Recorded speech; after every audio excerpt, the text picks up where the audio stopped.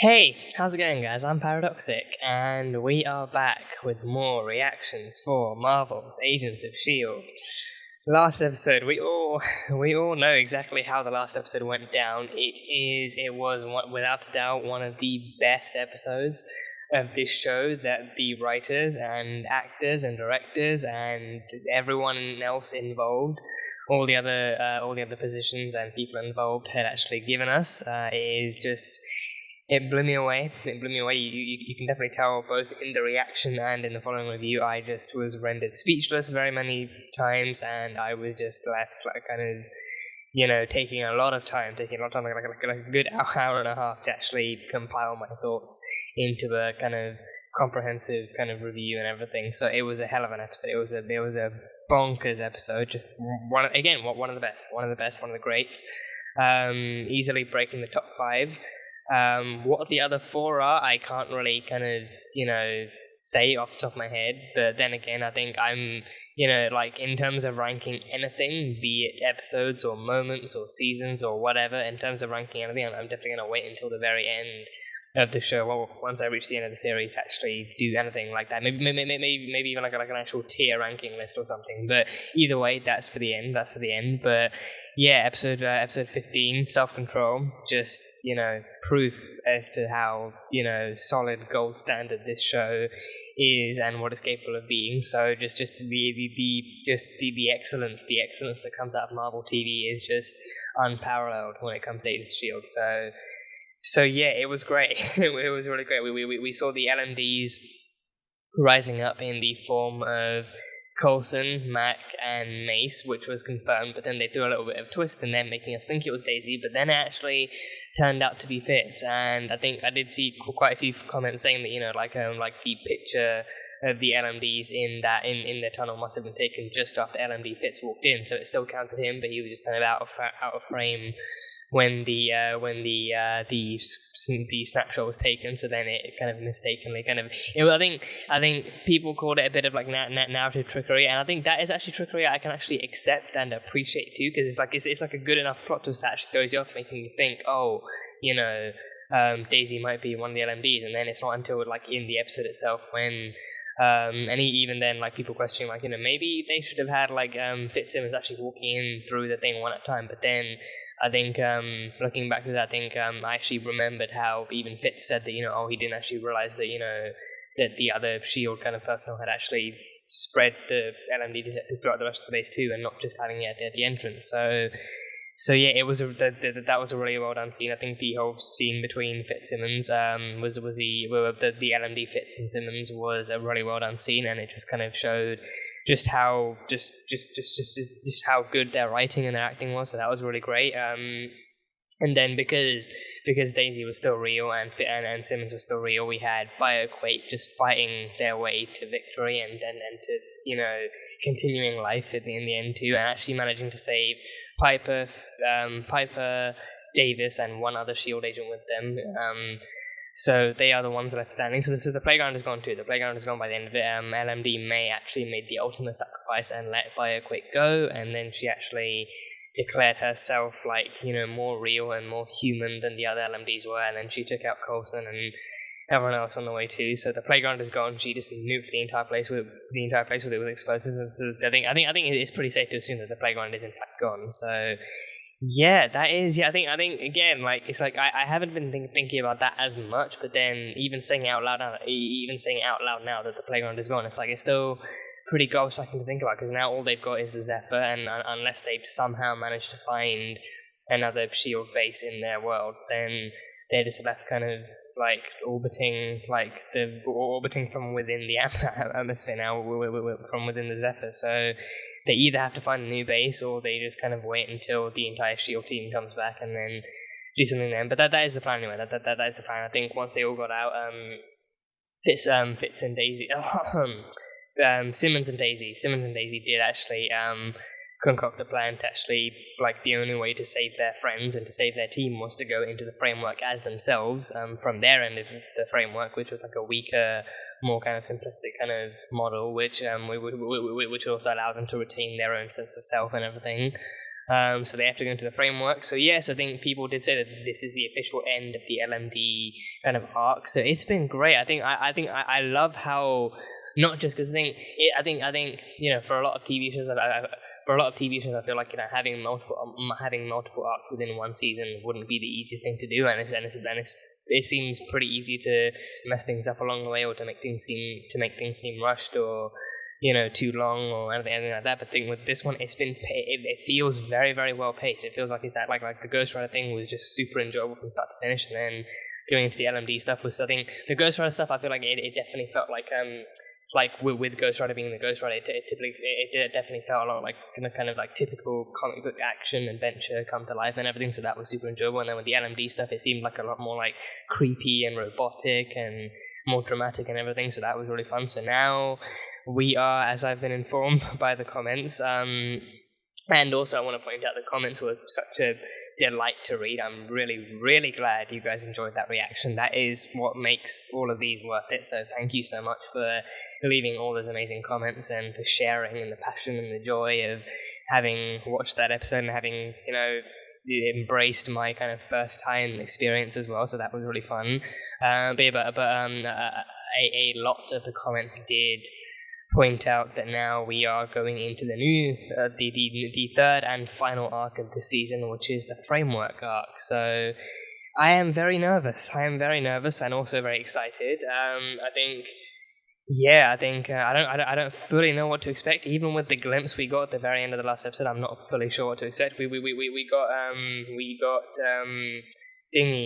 Coulson turned out to be a teacher. He turned out to be a teacher. He got to live the civilian life, presumably, and he got to be a teacher. But then he's an anti-inhuman teacher. He is teaching kids why they should fear Inhumans, and why they should fear them. And the reason for that is because now the framework that Ada has built and plugged all the other S.H.I.E.L.D. team into is a world where Hydra reigns victorious. So in terms of Hydra reigning victorious, I think I mentioned this last time, I'm more curious to know whether or not it's because of them either having won World War II, or if it's because they actually won in the uprising in the Winter Soldier. Maybe they actually overpowered S.H.I.E.L.D. in the Winter Soldier, and they actually got there and stuff. And then that raises even more questions for me, like, is Captain Hydra now a thing? Did Cap turn from S.H.I.E.L.D. to Hydra? Is the Avengers a Hydra thing now, or are the Avengers just non-existent, or what's happening? But I'm hoping the questions will be answered as we go into the episode, so that'll be fun. But Coulson is an anti-inhuman thingy. Daisy's one surprised me Daisy's one was one of the most surprising things. She teleported into a bathtub and got a text telling her to wake up her boyfriend. So she has a boyfriend. She has a boyfriend in this universe. And no, it is not Linky Link. It is not my dear precious Linky Link. It's someone I thought we had gotten rid of and said goodbye to at the end of Season 3. Or at least halfway through Season 3, because he came back as someone else entirely for the rest of Season 3. But it's someone I thought we said good riddance to in Season 3. Grant Douglas Ward has returned. We saw in the picture he was, I think he was just, honest, like very, very kind of vaguely, displayed in bed, and she thought she was going to say hello to Lincoln, but then she passed a picture, a very, very sweet and romantic looking picture of Ward smiling with his arms around Daisy. So yeah, that is not something I ever prepared myself for. That is not a review I ever prepared myself for. That took me back.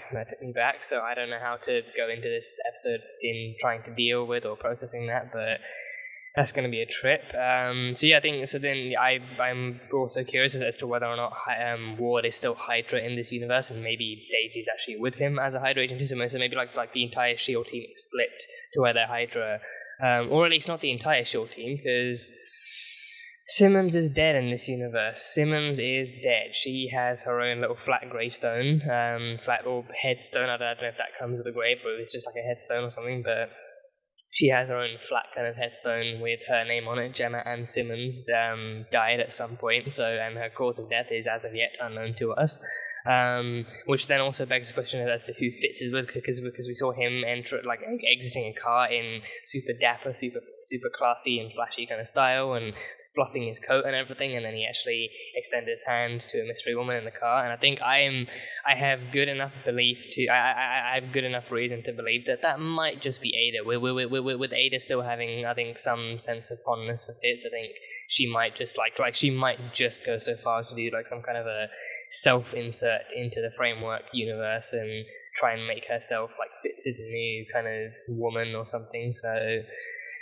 So yeah, I'm gonna go presuming that's Ada for now until the official reveal. So he's there. He's apparently looking classier than ever, and he's apparently not with Gemma either. So I think I'm gonna maybe assume that he's with Hydra too. I don't know if that's like a sign that he's with Hydra, or if he's just with someone else, and maybe he's like with Shield. I mean, because I think again, Shield doesn't even look to be in this universe to the extent that May is also Hydra. May is also a seemingly proud agent of Hydra in the Triskelion, which now has the Hydra logo displayed ever so kind of clearly on the side. I think to my knowledge it never even had the Shield logo, but now in the framework it has the Hydra logo. It never officially had the Shield logo on it, but now just to make things even more specific and vivid, it has the Hydra logo. So yeah, things are not so good. Things are not good. And then I think we had Mac too. Mac was in kind of his own house in the suburbs, and he was picking up a kind of child's bike. So I think that does in fact mean that he has hope back. I think that likely means that he has hope back in his life. He has his daughter back again, so that's going to be a heartbreaking thing to see him having to raise his daughter in a world where Hydra reigns supreme again. I think this stuff is not going to be easy to consume or digest in any way. So yeah, I don't know how to go into this, but I guess it's by pressing play. So yeah, that is pretty much everything I can remember. I've been going on for about 20 minutes now. Jesus, okay. So yeah, definitely time to get into the episode, into the reaction for this episode. And as you guys know by now, this reaction will just be the highlights and the best bits and stuff like that for fair use and everything. But if you guys want to catch the full-length version, the full-length reaction, that one will be over on Patreon, so you can go check that one out over there. That will be just as much fun. But yeah, that is it. So on to Agents of S.H.I.E.L.D. Season 4, Episode 16. Let's go. You startled me. Oh, is she going to play along? I snuck in here. Is she going to tell me he's wearing underpants? I mean, I know this is a Marvel show. Okay, he's wearing underpants. Okay. I don't think that... Yeah. Okay, she's... Sky. Who texted? Oh, she's Sky again. Sky. She's not Daisy, she's Sky. Don't forget this. Is she S.H.I.E.L.D. or Hydra? She's an agent of Hydra! Oh no. Oh god, that logo change. Oh god. Hey, they can handle it on their own. Oh no, they have to handle them. Oh no, god. Oh, just beating up Inhumans. Oh god, that Hydra thing. I hate all of this. I hate this. I hate everything. I hate everything. On another planet this morning. Sky. It's been so long since we've heard that name. That you wouldn't like if you knew. Oh, don't worry. Yeah. Oh, they have Hydra cubicles and everything. Campbell, Lincoln. Oh, Tom, is Lincoln alive in this? Died during testing? I got into the framework. I don't care what you've hacked. Hey, look at me. It's me. She's too deep. Do I have to get you drug tested? She's too deep, Daisy. She's too deep. Sorry. Oh, Simmons? Yeah, she literally just materialized in the ground, didn't she? She materialized in her own little grave.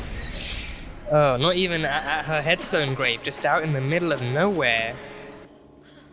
Oh, and 2 gunshots, yeah, by Hydra, because she was S.H.I.E.L.D. She would have been murdered by Hydra. Oh, it's like a mass graveyard for Hydra where they kill S.H.I.E.L.D. agents and Inhumans and stuff, and they just dump them in ditches. Keep out S.H.I.E.L.D. Academy of Science and Technology. S.H.I.E.L.D. fell. So it must have been the Winter Soldier then. It had to be the Winter Soldier. I'm Gemma. I'm Julia. Where can I take you? DC, is that okay? Yes. Oh no, don't take her to DC, that's where the Triskelion is. No, that's where Hydra is. Don't take her back to Hydra. Me, I'm boring. I wait tables for now. I make these. Oh, those are cute. Cool. Yeah. You make art. So incredibly lifelike. It's nothing special. Oh yeah, I forgot she's not actually real. She's just, she's Always dreamed framework. of helping people. Here we go. Oh, she does have ID. Oh, hell no. Shield. Mm. No. You're one of them. Wait, no. Listen, you gotta get out. He's lied to you. Please, no. I haven't lied to you. I just need to find my friend Daisy. I'm sorry. Just please close the door. Oh god, just run back into the wilderness. Run into the wilderness. The doctor wants this fast track. The Doctor. Doctor who? Don't disappoint him. Jason We Rajan. believe he's funneling VJ! to subversive. Gotta say, the long hair and the jacket is such a great returning look for Daisy, but I hate that it's because she's Hydra. Is there a threat within Hydra? You've never helped anyone, you bitch. Give me the terrorism and I'll show you a threat. She may be Someone in Hydra make this for you? Your name is VJ Nadir. I'm not a criminal. You should know. What? Guess we broke them. Being humans next door are your neighbors harboring husks. Jesus. What is this? Hydra Times? Hydra News? Hydra something? Rough day? Oh, I was just hiking. I tripped, so Her clumsy. voice is so hoarse. I noticed that even in the car. Our friend here went hiking. I'll need to see your ID. Oh no, not the ID. Why the ID? Come on. No need for ID. Yeah, there we go. Fight back. Yeah, fuck Hydra. Fight back. Oh no. There we go. There we go. Oh, they don't even have... Do they just not have real guns, or are the all guns tasers now? Is it dangerous? When no one would tell us the truth, Hydra stepped forward. Oh god, he's a right-wing law and teacher. Purpose. But sir, isn't it true that Hydra came from Nazis? Yeah. Anyone who's informed knows that Hydra originated centuries ago. Oh, So they couldn't be Nazis. That's just propaganda. Yeah, Chris Adler. Chris Adler. Oh, is he Inhuman? We're just gonna run a few tests. Oh no, he's Inhuman. Oh god, his friends. Oh no. Don't forget your bag, son. Oh, he's not coming back. He's not coming back. Oh no, Chris. Oh, he's not coming back. Oh. Let's get back to the lesson. You've gone quiet. The doctor will get answers. No. Who's I the am. Doctor? No. Do we actually have a freaking Time Lord up in the framework now? Who's the Doctor? Okay? If that girl had been taken down in Bahrain, she wouldn't have gone on to kill all those people in Cambridge. Oh, the Thanks to girl your friend back there, survived. So, Hydra has so the green light to exterminate oh humans. I know you shit. don't trust me, but I can help you get out of here. Who the hell is? Fitz. He's the Doctor. It's him at the ID season. He is. The prisoner. He is Hydra. He's the Doctor. Fuck me sideways with something. I am an agent of S.H.I.E.L.D. You were the Don't director of tell S.H.I.E.L.D. You him. destroyed Don't tell Hydra, him. and now you're trapped in a virtual prison, and I'm here to wake you Get up. away before we both get arrested. Oh, What is this? Is this a test? Because it's not gonna work. It's really not this easy. It's not this easy. I need Tahiti. Tahiti. Oh, he has the little dancing thing from Tahiti. No, that's Hawaiian. No, but Tahiti. Tahiti. Why did you say that? It's a magical place. It's a magical place. You are Phil Coulson, agent of S.H.I.E.L.D., and your subconscious knows that. Come You on. need to go. You need to remember me. I don't know you. Now leave. Oh no. But I am not giving up on you, sir. This episode is just depression. No, this is. Yes, I'd like to report a subversive. You and your damn subversives. You and your goddamn subversives. No, go ahead, take me to him. Because if not, I'm gonna find the resistance and come after all of you. There's a resistance! There's a resistance. What's the resistance? Is it S.H.I.E.L.D.? Real, you rogue piece of code. This is all fake. Oh, hell no. They got drones now. They got Hydra drones. Oh, aye, so many needles. Aye, so many needles. Why so many needles? Why so many needles? This machine we can test in human powers without any side effects. This is crimes against humanity wrong. These are inhumans. Well then, crimes against inhumanity wrong. You've been a great asset, Sky, but unless I ask for your opinion, don't give it. Ah, God. I want any and all assets in the area on this. Oh boy. Oh, diggity boy. Oh God. Oh. He's got a classic Hitler haircut thing too. What's up? Are we gonna I hate this. I hate this. I hate all of this. I hate it. Take all the space you need, but right now, I need my own.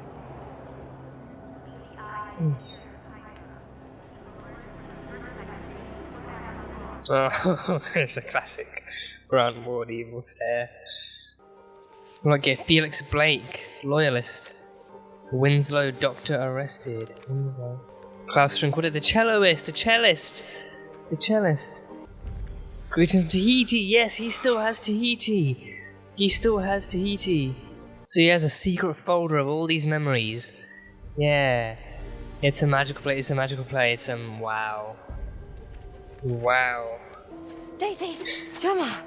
Oh, so worried. Bioquake reunited. Bioquake freaking-united. It's a long story. Ladies, Oh no. What? we need to talk. Oh god. Oh. Ward, I have nothing to do with the resistance. Oh. Okay. Okay. I do. Oh, you do. Gotta get out of here. Wait, he's. What? We gotta move. Wait, Ward's with the resistance? Jeez, now. Ward's with the resistance? You've been protecting Sky. Yeah, that's why I joined the resistance. Always the double agent, and this is who you woke up with? You two are together? This isn't the framework, this is hell. One and the same thing, pretty much, at this point. One and the same thing, yeah. Drones? Dwarves, whatever. The doctor invented them Dwarves. everywhere. Oh, the doctor invented them. Yeah, you should tell her about the doctor. You should really tell her about the doctor. What is your name? Daisy. We'll talk. Yeah. Get out of here. Okay, you know what? At this point, now I really want him to survive. Now I want to make sure that Ward survives. If he really is the resistance and he's secretly good, then... Well, that's a serious charge. Someone is betraying us. You know, my father always said, Oh, "You he have to have knew his trust father. to be betrayed." Oh, he knew his father in this universe. Never forget how it felt in Cambridge. The footage was sent straight to the director. Oh god, who's the director? By request. Wait, he's the doctor. Who's the director? A few choices and a few lives. The butterfly effect. Simulation, and now it's a brave new terrifying world. The butterfly effect. We have to talk to Yo-Yo and come back with a game plan with backup. I don't have powers here.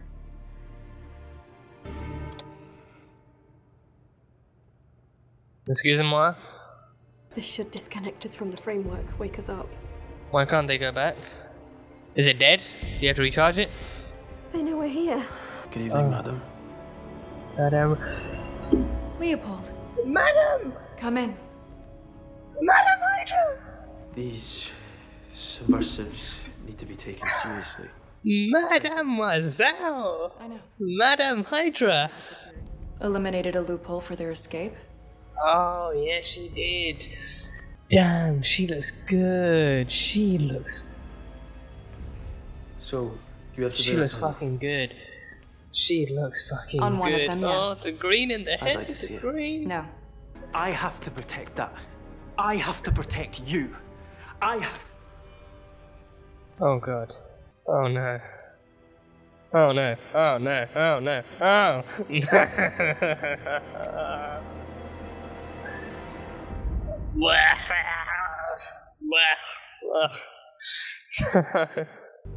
Who are you?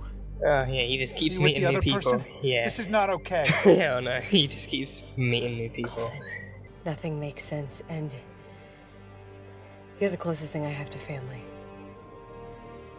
I just hope that deep down you feel it too.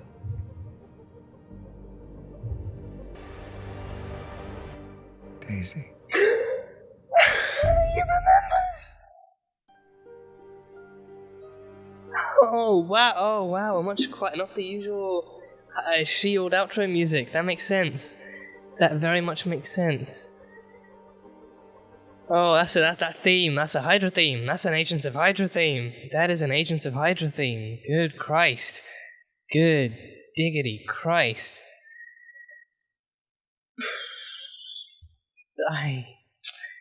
I don't know what you want me to say after that. I honestly don't know what anyone wants me to say after that, but I'm so sad. I'm so sad. I'm so disheartened. I'm so depressed. I want to cry. So, yeah.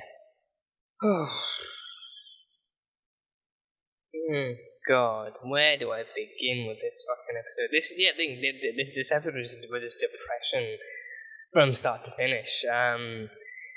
Yeah, I think going from the last episode to this one is like rocketing sky high and not even landing down gently, but then just being thrust down by sheer force of amplified gravity until you crash and you're just forced to lay there and suffer the consequences of gravity's existence. And it's just such a crash landing, and it's really good. It's a really like, I wouldn't say fun, but it's a really kind of, very interesting episode to watch and very kind of top tier in that sense. But it's such a great introduction to the framework. It's such a great introduction.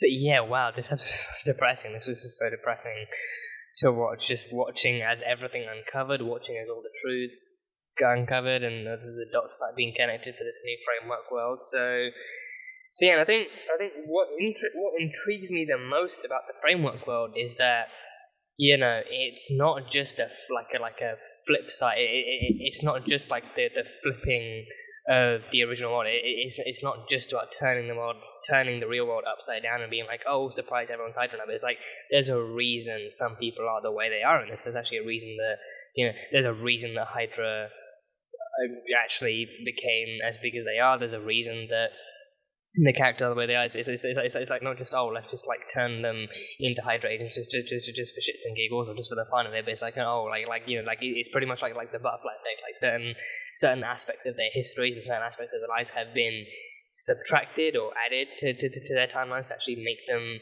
reach this point in time and to become what they are and to become who they are and everything. So yeah, and I think that's what's most terrifying too. Like you switch around a few things, you change a few things here and there, and suddenly they become some of the most dangerous people in existence. And it's just like it's genuinely terrifying. It's actually terrifying to see what's become of these people. So yeah, I'll start with Daisy. Daisy is no longer Daisy either. She is Sky. She returned to being Sky again, and she's also Hydra. She and Ward are still Hydra.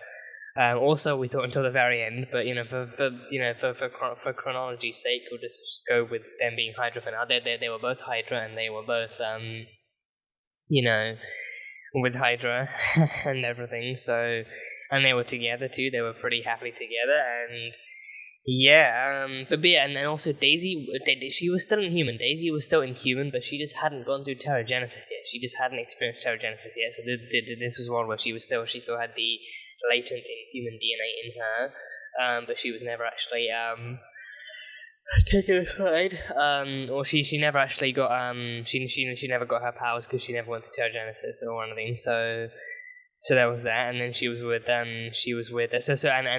Lincoln did become Inhuman, but then he also died during testing. He died during the Doctor's testing. So yeah.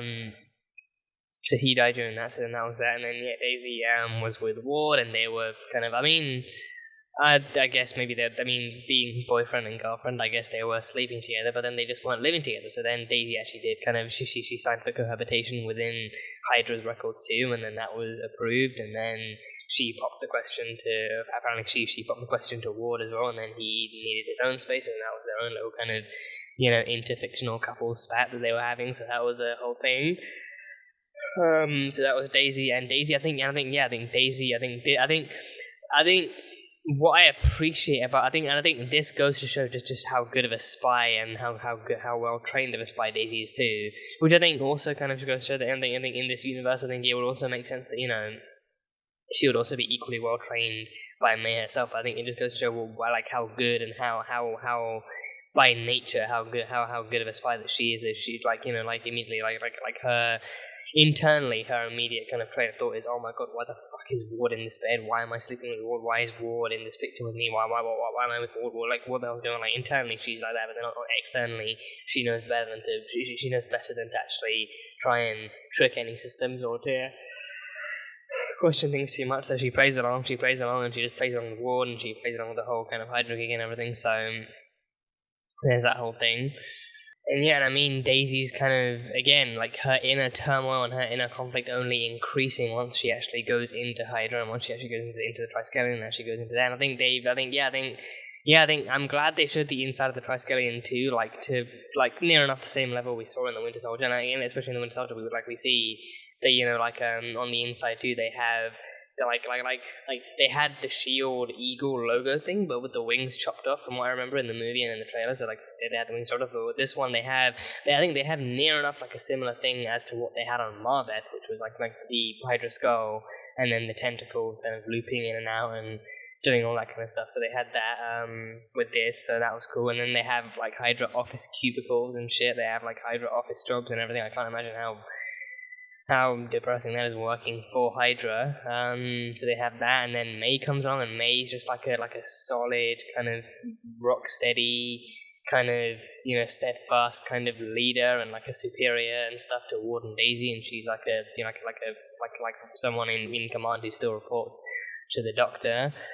And yeah, and we saw the return of VJ too. We saw the return of VJ Nadia, so that was interesting. I'm glad. They technically brought him back. In the real world, he's still gestating away in a husk underwater, but in this one, he actually was caught and captured, and I think presumably the same guy that the other Hydra agents beat the crap out of on the floor too. And I think that scene too kind of shows for Daisy as well. With Daisy, she goes straight back into Inhuman Protector mode, and for her, that's Hydra agents beating the crap out of one of her people, and then Ward assumes that she's probably gonna go and actually try and handle him herself or something, but no, she's actively she actively slipped her cover for a split second and actually went over to confront them. So yeah, I think Daisy's whole thing, her performance, her Chloe's performance as Daisy in this was really, really really super well executed and well written and everything. So that was huge props to her.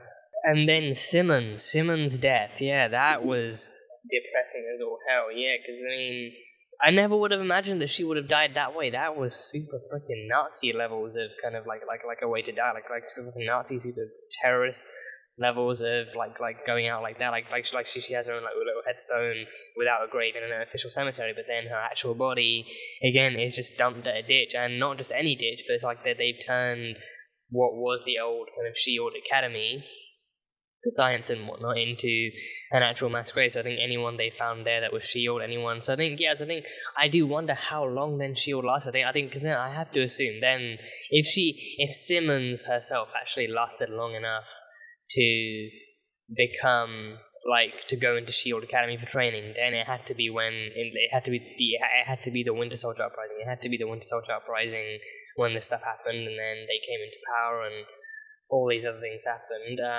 Or at least I don't know, because then the Bahrain thing still. I think the Bahrain thing didn't happen. I think that's an interesting thing that we'll get into soon. But yeah, so I think correct me if I'm wrong on that, but I think I'm then gonna safely kind of assume that the Winter Soldier Uprising went a completely different way, and Shield kind of still fell. So Shield still collapsed. Or maybe again, correct me if I'm wrong on that. But or if it comes up later in future episodes, then I'm more than happy to kind of consume it and learn it the way the storytellers originally intended for me. But yeah, so I think for now I'm gonna safely assume that Shield was still a thing, but then they fell, and then Hydra maybe rose even stronger and stuff. So yeah, but she was murdered by Hydra and then dumped in a ditch along with others behind a now fenced-off former Shield Academy. So that was dark as all hell. And then I think Simmons too in this episode. Her very nearly finding safety and refuge in the car of another woman, and then upon immediately revealing that she's Shield, then the other woman is rightfully terrified for her life because, for one thing, you have to have ID, otherwise they arrest you. But then, if you don't have Hydra ID, then if you don't have Hydra ID, but then you also have maybe civilian ID, like VJ had, forged civilian ID, then you still get into trouble. But then, if you have Shield ID, then they'll just kill you all over again. They'll re-kill you. They will re-kill you. So so Simmons had a tough go. Simmons had easily the toughest go, constantly just having to look over her shoulder in this and actually trying to find a place to lay low and actually try and find the others too. So yeah, but she fought back. She fought back like hell. And that was awesome to see. And so yeah, I think one thing I noticed too, the design of the guns. I don't know if this was intentional or if this was just like if it was just me seeing things, but the design of the Hydra guns those two dudes had that Simmons took out, the design of the gun, it very much reminds me. I can't remember what it's called. I think it's the waiter, the P waiter, or the waiter or the P waiter. Like it very much reminds me of the pistols, the handguns that Nazi soldiers used to use in World War II. Like it has like a really narrow kind of barrel for the bullet to go down, but then the back of it is bulkier and the handle it really reminds me of those pistols, but maybe slightly more enlarged. Like the design of that really reminds me of those guns. So yeah, a lot of Nazi stuff carried down. No matter what Coulson tries to misteach you, a lot of Nazi stuff, like Nazi tech and stuff, carried down. Although surprisingly, I think she noticed in the cafe that they didn't have not one single smartphone. So I think this world they've created is the epitome of like a dictatorship and like a totalitarian kind of society where it's very much like controlled by Hydra. Like Hydra controls what you learn. They control what you see, what you find out about in the news. They control everything like exactly as they intended and stuff. So it's like it's like a very like a there's another word besides from totalitarian that I'm actually looking for. I think it's a very kind of like a Nazi society, like a dictatorship society. There's another word I'm looking for. It's not coming to mind right now. It's like another adjective. But yeah, no, it's a very controlled and very oppressive and very controlled and very, very monitored and very kind of controlled kind of society. So it's just depressing as all hell. It's really just depressing down to its core. And then we had I think I'll go with Coulson's one first. Coulson. So yeah, Coulson is a teacher and he's a very right-wing teacher. He's a very right-wing teacher, and I think especially like his teaching methods too. It's like very like falsifying info and controlling how his students receive and absorb the info and controlling what information they receive. Especially like that one kid in the class who's like, but wait, sir, weren't Hydra Nazis? Like Hydra were descended from Nazis. They really they were Nazis who then as Red Skull himself being Nazi, he adopted. I think Coulson tried to teach them, the Hydra we serve and the Hydra we follow is the one that originated centuries ago. So that same one is that same Hydra that Red Skull and the Nazis then adopted into their own ideology, and then they they used Hydra and its name and its power and its status to advance their own thing. So it's it's near enough. It's near enough the same thing.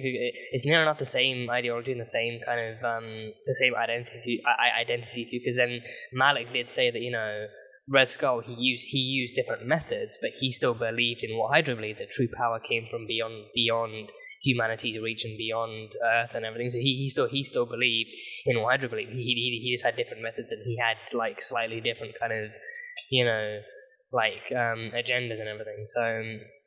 So yeah, Malik's Hydra was literally more of a cult, but then Red Skull being a Nazi and everything and being appointed and approved by Hitler himself, he just used Hydra to further the Nazi agenda and further the Nazi name. So Hydra and Nazism does have correlations and involvements and little kind of tie and not little but explicit ties and everything. So yeah, that kid, yeah, he was smart for raising his voice, but then Coulson being Coulson, I thought Coulson might take more extreme measures, but no, he was like, no, don't believe in that. That's false news. That's fake news. That's fake news. But no, the Hydra we serve and follow is born from centuries before Nazis even existed. So Nazis have nothing to do with our thing. Even though literally even the posters within the offices of Hydra are very, very kind of Nazi-like, and the artwork and the graphics and the slogans and everything are very, very Nazi kind of reminiscent and everything. So yeah, and I think this reminds me. I think there's an episode of Misfits. There's an episode of the TV show Misfits where Like in that one, like there's an old Jewish guy who gains the ability to time travel, and then he goes back in time and tries to kill Hitler, but then fails. But then he also had his cell phone on him at the time, and his cell phone being future technology, like Hitler then took that, and then Nazis used that to create all sorts of weapons of warfare and everything, and then they ended up actually winning the war, and then we had like an entire episode where the Nazis ended up winning World War II and they controlled everything. So this reminds me of that. Not only of that, this doesn't just remind me of that, this also reminds me, I think, there's a movie called Iron Sky, and in that one, the Nazis didn't win, they fled.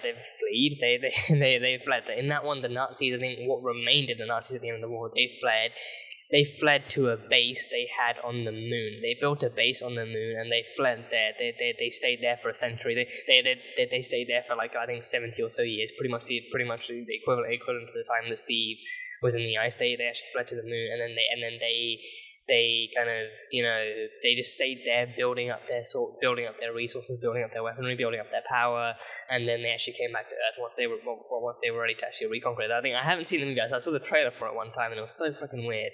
But it reminds me a little bit of that movie and also a bit of the episode from Misfits too. But yeah, I think this concept overall is very, very interesting. Well, I feel like it would have been fairly interesting either way. Like if it had been a case where the Nazis won, like Hydra, and the Nazis won World War II instead. But I think this one thing, I think for Shield's sake, I think it probably works out better for them. Like it being like, Shield actually fell anyway, and Hydra kind of rose even higher than ever before. So Coulson is a right-wing teacher, and he's teaching kids why they hate Inhumans, and especially I think they hate Inhumans for a very specific reason too, which I will get to. They hate them for a very specific reason, and he's kind of convincing he's convincing the kids that not only are Hydra not Nazis, and like not only are they a force for good, but they are the reason that the world has the amount of security and the amount of security and safety from Inhumans that it does now. So he's trying to convince them that Hydra's not only are Hydra not Nazis, but they're also good. They're also really good deep down too. So he's a very, very right wing kind of teacher. So yeah, that's just. I mean, in this day and age, it's also all too kind of a little bit real. So, not the most heartwarming thing to see.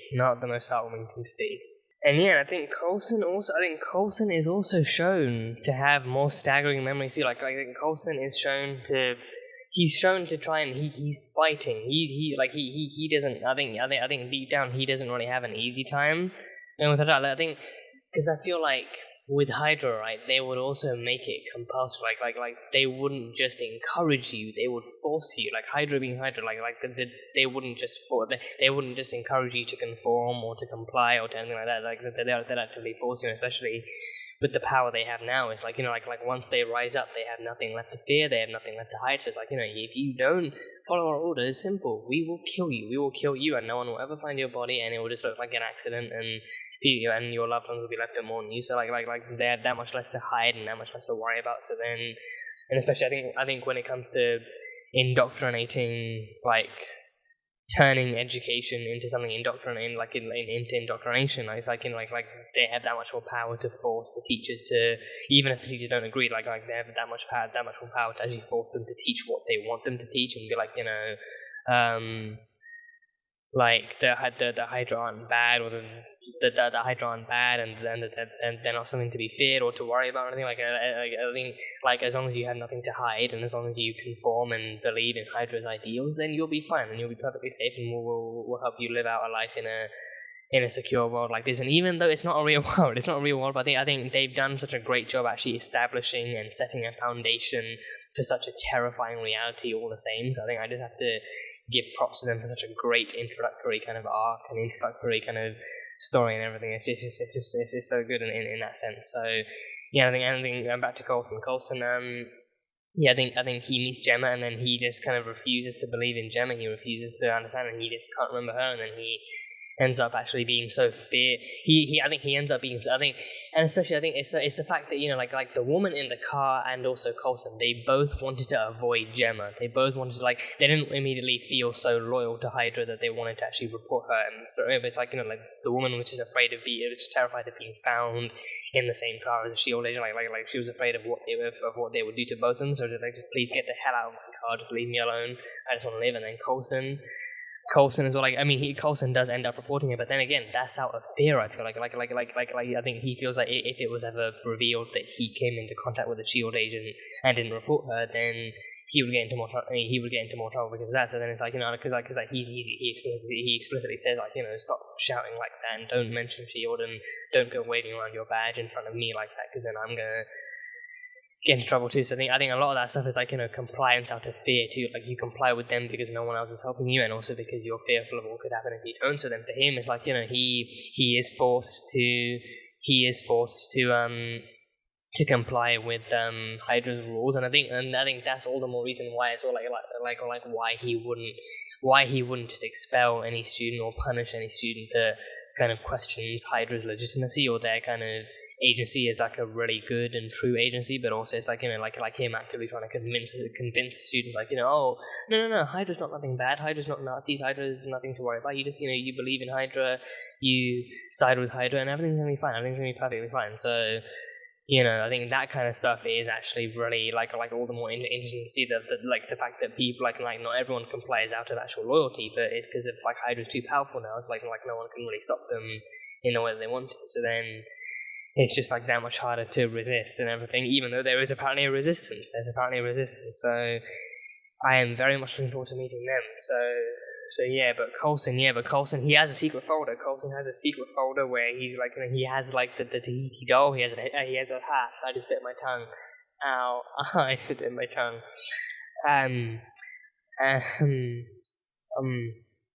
Okay, that wasn't too bad, but still. Yeah, he has a Tahiti doll on his shelf. He has a little Tahiti dancing hula thing on his shelf. So he has which Simmons immediately recognized.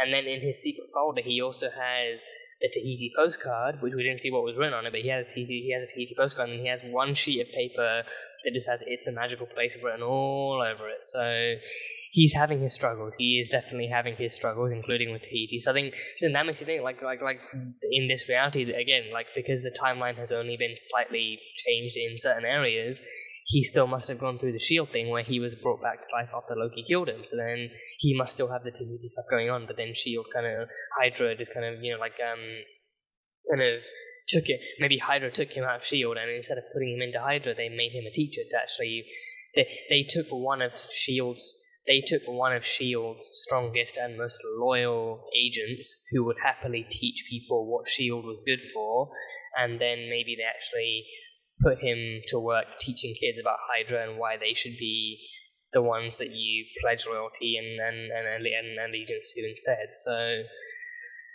oh yeah, damn, yeah, that's terrifying. So he has a Tahiti postcard and the "It's a Magical Place" letters and everything. And then I think there was another thing. I think he had like a news article or like a report or something where like Felix Blake was mentioned. So I don't know what that one was about, but I think Felix Blake, I think he mentioned he died or something in the news article too. So I think Felix Blake, former SHIELD agent, that would definitely be in the paper. So Felix Blake had the news article all to himself. So that was fun. But then the ending, like Daisy, the closest thing he has to a daughter, as Coulson himself said, the closest thing that, you know, he has to a daughter visits him. Daisy visits him. And I think it's almost like painfully kind of like darkly funny, like how, you know, Coulson just kind of like he's met like two new people twice in one day, and both of them are insisting that he remembers who they are, and that he knows who they are, and that they're both with SHIELD, and that he's with SHIELD, and that he's living a different life and everything. So the stress on him to keep up this facade of actually being loyal to SHIELD and wanting to teach kids about SHIELD, or even Hydra, even being loyal to Hydra and wanting to teach kids about Hydra, and then in one day meeting two people who insist that no, he's actually with SHIELD, he's loyal to SHIELD, he hates Hydra and all this kind of stuff. So he so badly wants that. I think he so badly wants that to be real, but again, like, he's been in this for so long, and like that reality is so deeply ingrained in his mind that, you know, he has no choice but to believe in Hydra. So yeah, but the ending, like Daisy finally poured out her heart and soul to Coulson, and then finally, a wire, a light bulb, something snapped in his mind, and he got the light bulb moment, and he finally recognized Daisy. So I think that is a sign that Coulson could be on the way back to us. Coulson could be on the way, coming back to us and everything. So yeah.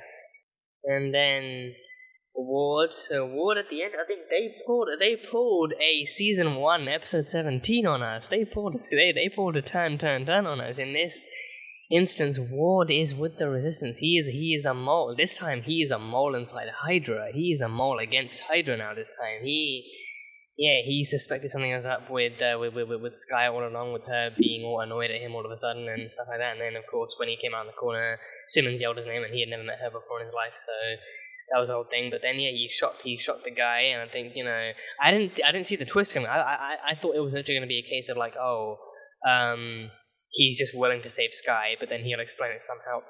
He'll explain it to May and then the Doctor somehow later on, but maybe he's still with Hydra. But no, He is with the Resistance. He is the source for the Resistance inside of Hydra. He is the mole within Hydra. He made the fake ID for VJ as well. He made the fake ID for VJ, and then that kind of thing, that right hook that broke his jaw was actually trying to get him to shut up so he wouldn't actually reveal any more info and stuff. He had to make it discover. So yeah, that is one hell of a repeat of episode 17. That is one hell of a twist, like a retwist. Upon that, so this time he's among against Hydra. For the Resistance. I think they keep calling it the Resistance, but so then because of that, I'm hesitant. I mean, I kept on calling it Shield in the reaction, but I think I'm still kind of now I'm hesitant to call it Shield because I mean I feel like it could still be Shield because I think it could still be Shield because again, like I mean, canonically, at least like MCU canonically, Hydra fell in World War II, but then they were reborn from Zola's work within the SSR and within S.H.I.E.L.D. Like when S.H.I.E.L.D. was founded, like they recruited like German scientists for Operation Paperclip. So then like in the real world, Hydra was able to rise from just one seed. So I think that's something. I wouldn't find it completely implausible if like maybe in this flip side version the same thing happened to S.H.I.E.L.D. Like S.H.I.E.L.D. fell and Hydra rose up, but then like maybe someone was still left over from S.H.I.E.L.D. or maybe a few people were left over from S.H.I.E.L.D. and they actually still kind of managed to build something, and then Ward just so happened to be on their side too. That's such a crazy twist too. Like Ward is with the Resistance against Hydra, so he's actually a good guy in this time. He's actually secretly a good guy. So yeah, I think I think for that reason, for that sole reason, I was like, okay, you know what? Now, weirdly enough, now I can't believe I'm saying this, but now I actually want him to live. I actually want to see him survive long enough to get into the Resistance and to actually do something for them. So I can't wait to see who's in charge of the Resistance. I mean, so I do wonder who is with the Resistance and like maybe who can we get back?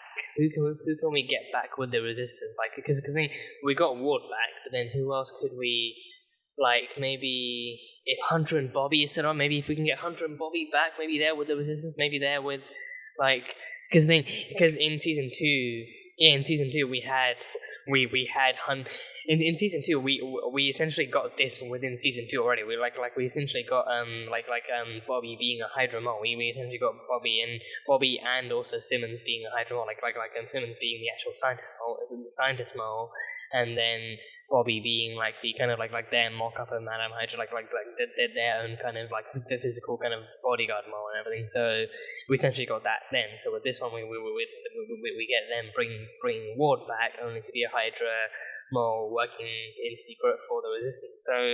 So yeah, I think I would really die if they brought Hunter and Bobby back. I would die if they brought Huntingbird back for this framework Resistance arc. So yeah, maybe them. Who else could they bring back?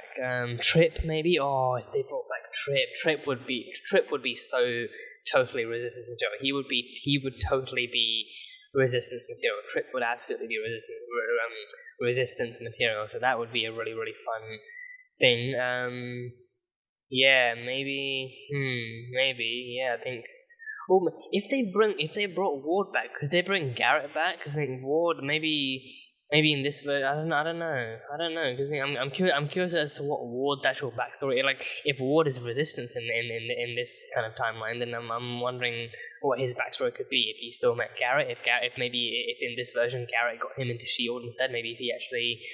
Like maybe if Garrett actually stuck with S.H.I.E.L.D. this time and he actually got Ward in, like, as S.H.I.E.L.D. and then he actually got him to stick with S.H.I.E.L.D. and then maybe he's still part of it. Maybe if Garrett's leading the resistance this time, maybe if Garrett's actually leading the resistance this time, so maybe, I don't know. But I mean, I don't want to theorize too far ahead and, end up ruining things for myself, but I am curious as to who's in this resistance, where it is, and how far along it is so far in its persisting and in its kind of, hopefully its plan to overthrow Hydra and to take them down again. So I guess we'll see. But now Ward is on their side. Now Ward is a good guy. Ward is now officially a good guy. So that feels so weird to say, but I sincerely hope we can actually see. I think I would like to see Brett playing Ward as a good guy this time, because I think we've had him as like two different types of villains. So now I think seeing him now playing a good guy with the resistance, I think that would be like an interesting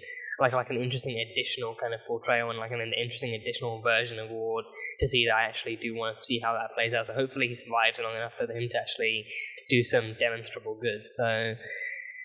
So yeah. And yeah, you knew this part was coming. So we met.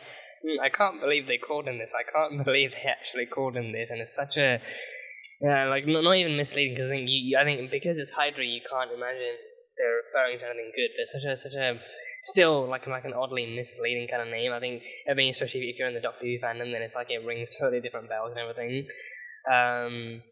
But yeah, we met the Doctor. The Doctor that everyone in Hydra seems to be so afraid of, or so kind of, like to some level afraid of. Like he seems, like they all seem to some level afraid of him. It's Fitz. I never would imagine Fitz would be the Doctor. Like I think he was dressed all dapper and classy and at the end of the last one, but then with this one, it's like, I never would have imagined that, they'd make him out to be that, and he's fairly high within Hydra. He's fairly high. He's terrifying. Like, oh my god, so handsome yet so evil and terrifying. I don't know why they would do that to me. They give me one of the most handsome Fitzes we've seen yet, and I think handsome not in the way that evil looks like not in like that kind of like Hydra Nazi character looks so good, but it's like, he's actually dressed up classy and his suit's pressed, and his haircut is honestly so off-putting. His haircut is easily like so reminiscent of like a Hydra, like a Hitler kind of side parting with the sides shaved off. I get them letting him keep his classic Fitz facial hair instead of actually making him go the full way, but that haircut alone is just so Nazi. But then he's all dressed up nicely in like a three-piece, and he's so presented, and he's so fucking evil and kind of hot at the same time.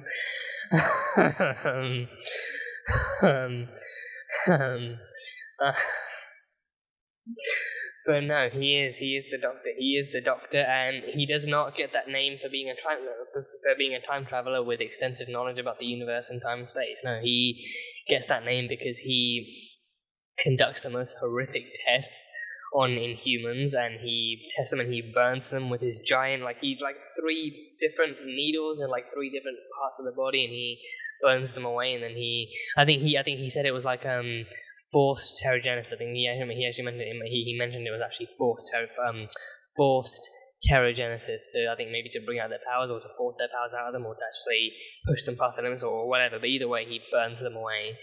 And so I think that kind of testing is likely exactly how Lincoln died as well. So we still lose Lincoln in this universe, just not to a heroic and sacrificial explosion, just rather, horrific and unethical Nazi experimentation and testing and all that kind of crap. But he is the Doctor. I think, you know what, right? I think, Fitzsimmons together, I feel like they would have made awesome companions to the Doctor in the actual Whoniverse. But then seeing Fitz like this, I think, it's like, like disregard, like just momentarily disregarding the fact he's evil. Like Ian DeCastica dressed up as this and presented like this. He could easily play the Doctor. He could easily play the actual Doctor in Doctor Who. So, you know, it's like just wow. Just, you know, I would so badly love to see Fitzsimmons being companions, or like, you know, like Fitzsimmons, like Fitzsimmons as characters, or even Ian and Elizabeth as the actors actually playing companions to Jodie's Doctor. But then that's likely never gonna happen. But then yeah, I think it's just seeing Fitz like this, seeing Ian like this, all dressed up like this and presented like this. So, you know, he could easily dress up and play the Doctor. He could easily do that. He could easily be a Doctor in the future. And I think, you know, I don't know if he's expressed interest in that role. I don't know if he's actually ever said, you know, that he would actually enjoy playing the Doctor. But in this one, he is the Doctor. So yeah, and essentially like that naming to like not even Dr. Fitz, but just the Doctor. He refers to himself by that name. He probably, like, knowing him, he likely kind of commands the other Hydra agents to actually refer to him by that name too. But he is the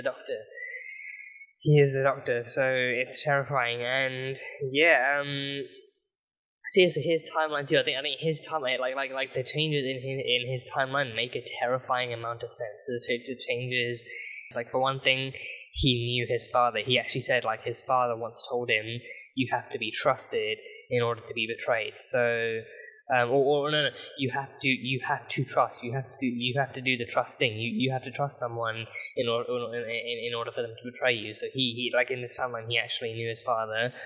Whether or not he knew his mother is a different story, but I think he knew his father, right? And we know his father was a sadistic, abusive shitbag. So, you know, that, like, literally nothing good could come from that in any way whatsoever. But then to make matters worse, to add insult to injury, to pour salt and alcohol and every other, you know, painful substance known to man in, like, a wide open wound. He also never met Simmons. He likely never met Simmons either. So he had a force for evil driving his childhood and his upbringing, that constantly put him down, and who apparently gave him this little nugget of wisdom too. But then he also never met the one woman who tried to bring out the more loving and compassionate and open and caring side of him. So he turned out to be a Nazi kind of superior, like a Nazi scientist. I think what terrifies me even more about that is that, you know, in the real world, Fitz is like next to Simmons. Fitz is one of the most intelligent and one of the most talented scientists they have. Scientists and inventors. Like he is one of the most talented minds at Shield already in the real world. He's already like his intelligence, his intellect is on par with Simmons, and Simmons under Mace's new kind of bureaucracy. She's also you know, pretty like just one level below the director. So so with her intellect and her expertise, she's already that high. And then Fitz is probably like leading engineering and leading mechanics or whatever. So in the real world, he's already that smart. But then in the framework world, his intelligence, I think it's fair to say his intelligence could actually be still built up and leveled up the same way. But then he's using it for completely different reasons. He's using it for Hydra reasons. I think that kind of parallel makes it like even more terrifying too. Like in both universes, he's equally smart and he's equally intelligent and equally superior because of his intellect and his resources. But then in both worlds too, like on one side he's Hydra and he's evil and he's been using his intellect for evil, but then on the other side he's Shield. So those kind of, like, you know, I think seeing that, I don't know if we'll actually see those kind of personalities collide or something. But I think it would be interesting to see if, like, you know, like maybe similar to Doctor Who, where we had the 11th Doctor, he had that episode where he was in his mind and he had his version, but the version in his own mind, he had him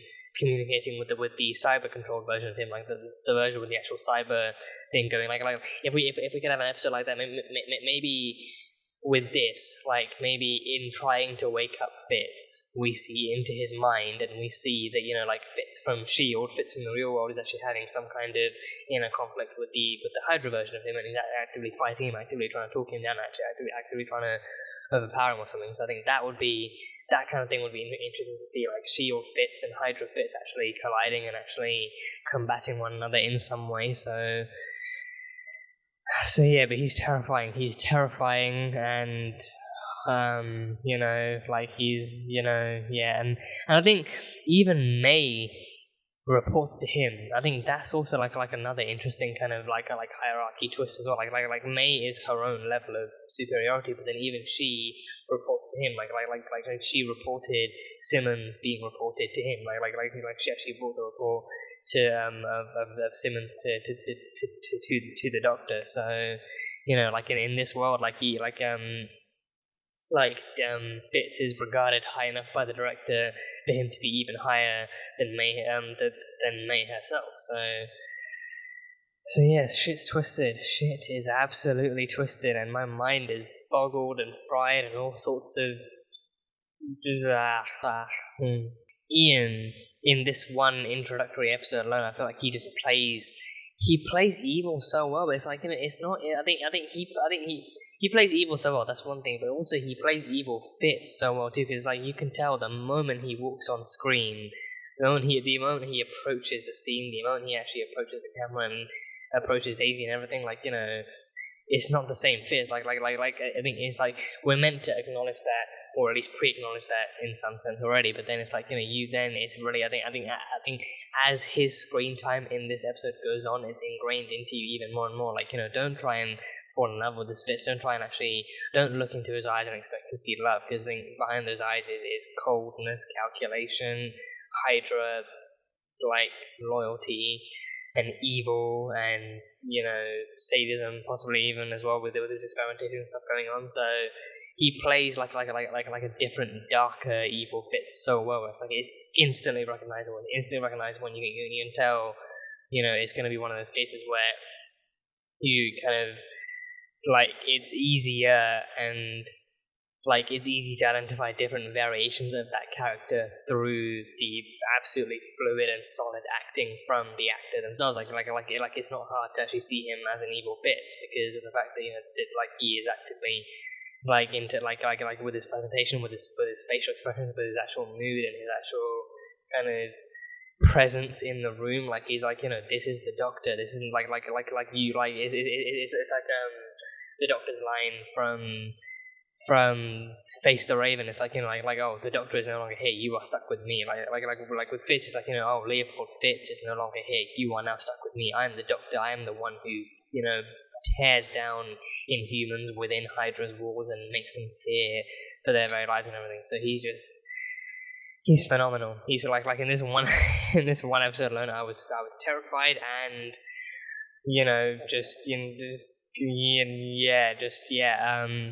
terrified and stuff. So yeah, he is amazing. He is absolutely incredible. So yeah, and he's the doctor, but he's not the director.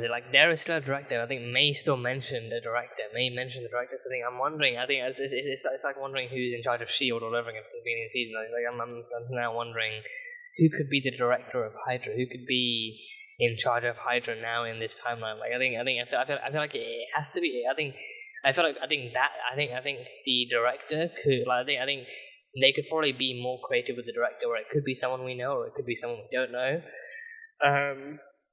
They could introduce a new face, but then I think for the sake of maintaining all these kind of swaps and all these kind of interchanges within the reality, I think they could go either way. They could I think for the sake of continuity and for the sake of connectivity, they might want to rely on actually using a familiar face and familiar actor to try and actually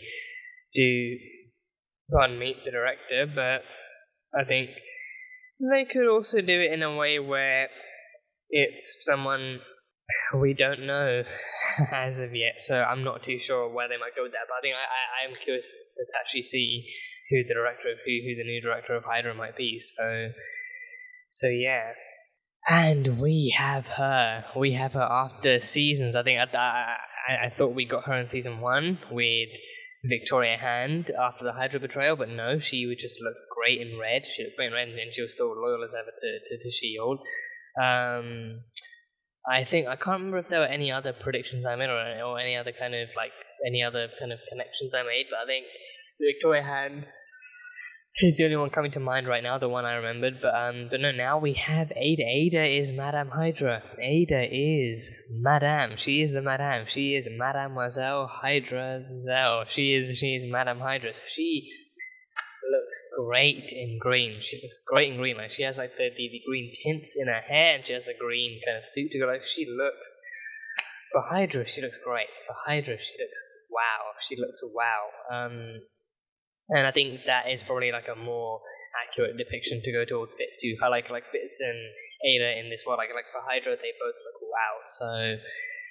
So yeah, but Ada just wow. Just she looks immaculate. She has the whole green eyeshadow and eyeliner thing going on. I think more eyeliner than shadow thing going on too. And she has just like a whole immaculately kind of presented look, and she looks great. And I think she's also with Fitz too. Madame Hydra is with Fitz. Like they are together. They share I guess. So yeah, so they are together in this world, and then she is undyingly and unabashedly kind of loyal to Fitz, and she wants to encourage him to use his intellect and his prowess and his kind of intimidation and his fistiveness to actually instill his own Hydra intellect and his own Hydra power onto the world and everything. So she wants him. She even said you're these crimes, these criminals are not worth your time, so just set lower people onto it and you focus on doing what you do best and do that and stuff. So yeah, one little glimpse. I think, and yeah, Ada knew. I think that makes sense too. Ada being a self-insert into this. I think Ada self-inserting herself into the story is more than just a roleplay thing. I think it's also a monitoring thing. So that way she could, because I think she knew that once they had all been taken, I think she knew that Daisy and Simmons were the only ones there. So I think because of that, she actually made sure to go in case they tried anything. So I think part of that anticipated like them being able to actually escape from the playground, actually taking down the LMDs and everything. So then she actually put herself in to make sure they got in, and then once they got in, they could never get out. So then once she actually did register both of them entering the framework, she actually nullified their loophole and nullified their exit strategy and actually took out the back door. So now Daisy and now most of the SHIELD team is pretty much under the framework's kind of control and everything. So now Ada has full control of everyone who's in the framework and everything. So she's a crafty one. She's a very, very crafty one. So props to her for putting that stuff, and then she also said that that they would set the drones and all the Hydra patrol teams and everything onto Simmons and Daisy, and actually try and root it, and also try and root out the mole too, because now May May then reported to Fitz too that there was actually a mole within Hydra too. So now they know that, and then I think it might not be too long until they actually find out that it's actually Ward, because I think Ward did leave with Daisy too. So I think he can't all too easily go back, and also unless the Hydra officer that he shot reports him back and saying, "Oh, Agent Ward shot me. He's the mole." So he won't have too easy of a time going back if he does. But now they know there's a mole, so now they have to sort out Simmons and Daisy being out and about, and them two being defectives from S.H.I.E.L.D., or Daisy being a defective from S.H.I.E.L.D., from Hydra even. My brain is fried. My brain is absolutely fried. But now they have to actually sort out that, and then they also have to actually sort out Ward being the mole and actually kind of find a way to punish him. And so I think defecting from Hydra is one thing. I think actively being like an imposter within Hydra is another thing that can't go unpunished. I think that might result in death or severe kind of physical punishment of some kind. So I don't know how that's going to go down. But that is So we have Ada is Madame Hydra. So she now officially has the entire most of the SHIELD team minus Elena locked in the framework, so now she just has to monitor them and actually keep them at bay and actually do all this shit. So now I think now seeing Ada allied with Hydra is an interesting thing too, because I think in this version, in this reality, I think she also might be human. She also really might be human in this reality too, so then she has less like LMD-ness to worry about and everything. So I think and Ada being allied with Hydra is an interesting kind of choice of allegiance for her too. I think that might be more just her being against S.H.I.E.L.D. and then being against like Daisy and Simmons, like knowing that they are actually kind of anti-Hydra. But then, yeah, so I wonder if she created as well. Then did she intentionally make Ward an imposter? Because I think she controls everything in the world. Like Ada having been the one who amplified and enhanced the framework to be an entire world that runs in this way. I kind of wonder, like, maybe if she has intentionally made Ward like a mole, because then surely she controls who everyone is and what they do. So then, if Ward's a mole, then it surely has to be like a personal choice of hers, like maybe actually luring them into a trap further on down the line, or like giving them a sense of false hope or something. So yeah, maybe I don't know, because if Ada is in control of everything, which she is, then I can't help but wonder, like, this just how much might be because she's allowing it to exist, like she's allowing Ward to be an imposter for now, and giving Daisy and Simmons like false hope for now, and later on luring them into a trap of some kind. But yeah, no, I don't know. I'm not too sure. And yeah, I mean, going back to Simmons too, I think I do love like both with the woman in the car and with the kid spray painting Hydra lies on her car, like with both of them, she actively and like explicitly analyzed them too, like out loud, saying like, wow, so many computational layers, so many real like algorithms running and making you seem so lifelike, and actually giving you backstories and lives and memories and feelings and thoughts, and making you so realistic and easily interactable, like even in that situation, like her still kind of running in scientist mode, and actually still analyzing how the framework works as well, and how it actually operates on this level and to this level and everything, like her, like Daisy retorting back into spy nature, but then Simmons resorting or like reverting back into her spy nature and actually playing along with the whole thing, but then Simmons reverting back to her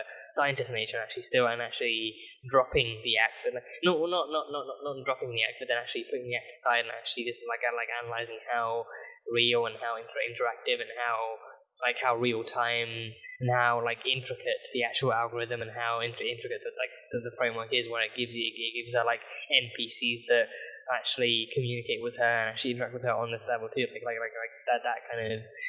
that kind of like little tidbit was actually really interesting too. So that was cool.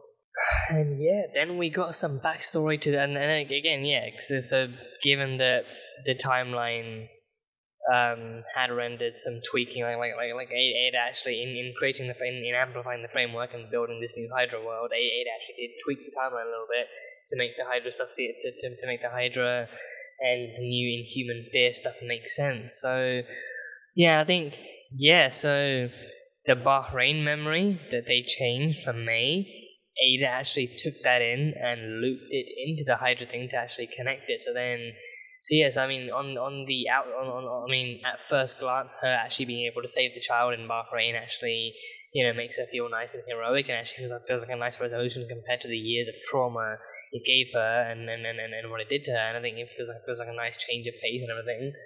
But then it turns out in this new Hydra world, she saves the kid, and then the kid goes on to Cambridge. I think apparently there's a Cambridge in Boston. I didn't know that. Apparently there are places called London in the US. I never knew that either. And apparently I think I don't know if it's actual cities or maybe if it's towns, but apparently there are actually places, like multiple places in the US called London. So that really surprised me the first time I heard that. But apparently now they have a Cambridge in America too, like a Cambridge in Boston. I mean, I don't know if that's made fictional for the sake of the show, but apparently in this story there's Cambridge in Boston, and then they took the girl in, and then they sent her to school in Cambridge, and then apparently the girl just murdered a bunch of this, like she massacred Cambridge. She apparently massacred Cambridge, and with her powers infecting people and actually making them do things to each other and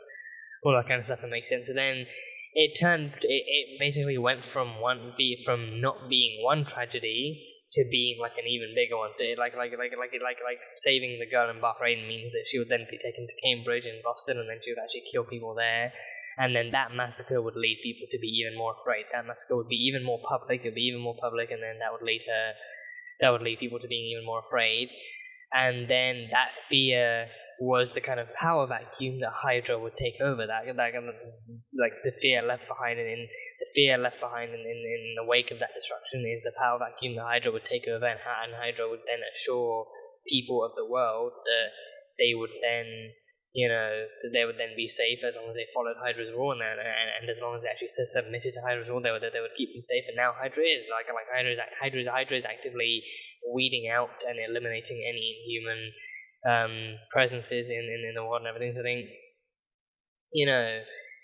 it's very much reminiscent of a lot of different things. It's very reminiscent of a lot of different things. On the one hand, it reminds me of back in Winter Soldier, like when like in Winter Soldier, when Zola revealed to Steve and Natasha like what Hydra's master plan was, that when you try and take humanity's freedom from them, they will resist, like with Cap and Town Commanders and like everyone like being resistant towards Hydra, like they'll resist. And then he came to the conclusion that humanity had to be willing to give up its security. Humanity had to be willing to give up its freedom in exchange for security. So then with this one, I think with humanity then being so afraid of Inhumans and what they can do with their powers, they're finally then ready to give up that freedom in exchange for security from Inhumans. They're finally ready to give up their free and kind of open way of life in exchange for actually having at least I mean I feel like that's because I think he did mention that they galvanized. I think did he say galvanized? I think he said galvanized. So they galvanized them for the good of the state over individual interests. So I think even the way he describes the situation then, so then Shield wouldn't tell them to like Shield being Shield, they kind of keep things behind kind of covers to keep society safe and everything, then to not cause mass panic with all this new intel. So then they wouldn't tell them the truth, so then Hydra gave them the truth in exchange for... They gave them the truth, but then they gave them a more radicalized version of the truth. Like, they told them that the girl was inhuman, that she had powers and can do all this and that, but then they also told them... Because then he also mentioned how people used to see Inhumans as magical creatures like unicorns or something.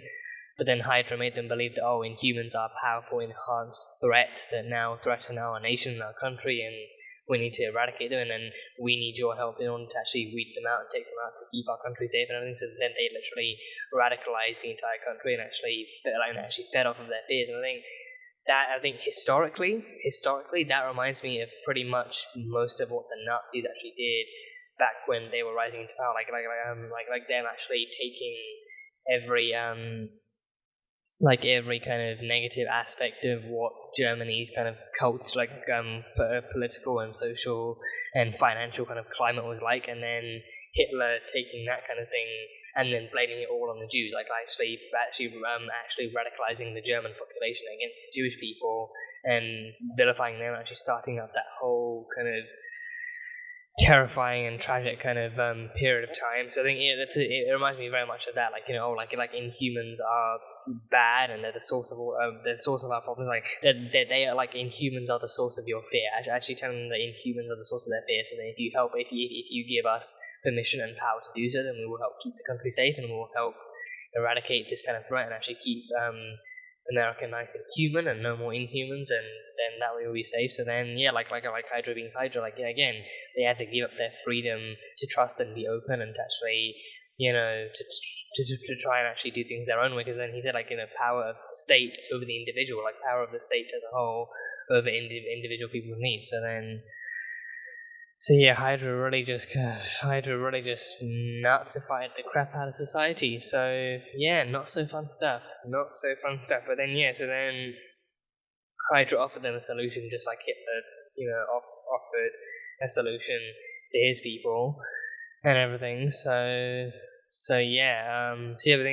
think that kind of interconnectivity too, may actually rectify one of the biggest kind of tragedies of our life. It leads to more people dying, but then it also leads into Hydra gaining even more power and stuff, and actually building their ultimate kind of dream kind of fascist state, and like this oppressive and super controlled state where they control everything and everyone in it. So terrifying stuff.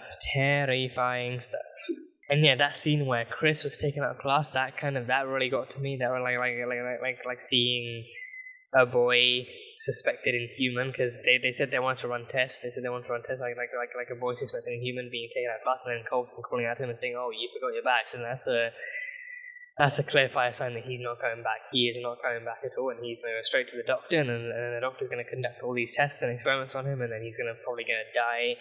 I think, and I wonder maybe if that's also a reference to the actual kind of like Nazi era kind of schooling too. Like maybe if like kids who were suspected of like being Jewish or being anything inherently anti-Nazi or being any kind of threat to the Nazi, like maybe if Nazis actually sent officers into schools to pick out various kids and to fuck them out, to actually take them and like never let them go back on anything. I'm wondering if it was kind of like a reference to that maybe, but overall it's still like a really really darkly done kind of scene, like a very dark topic to handle. But then it is Hydra and they are Nazis and I think that's also why I also kind of appreciated like Gemma's interaction with the later boy actually spray painting on her car. Like her convincing him, like, you're right, you are right. Don't ever let anyone tell you otherwise. You're right. Hydra is Nazis right down to its very core. Like, this is what they've always been, and it's what they always will be. So, you're right and they're wrong. But just be careful. Don't go too deep into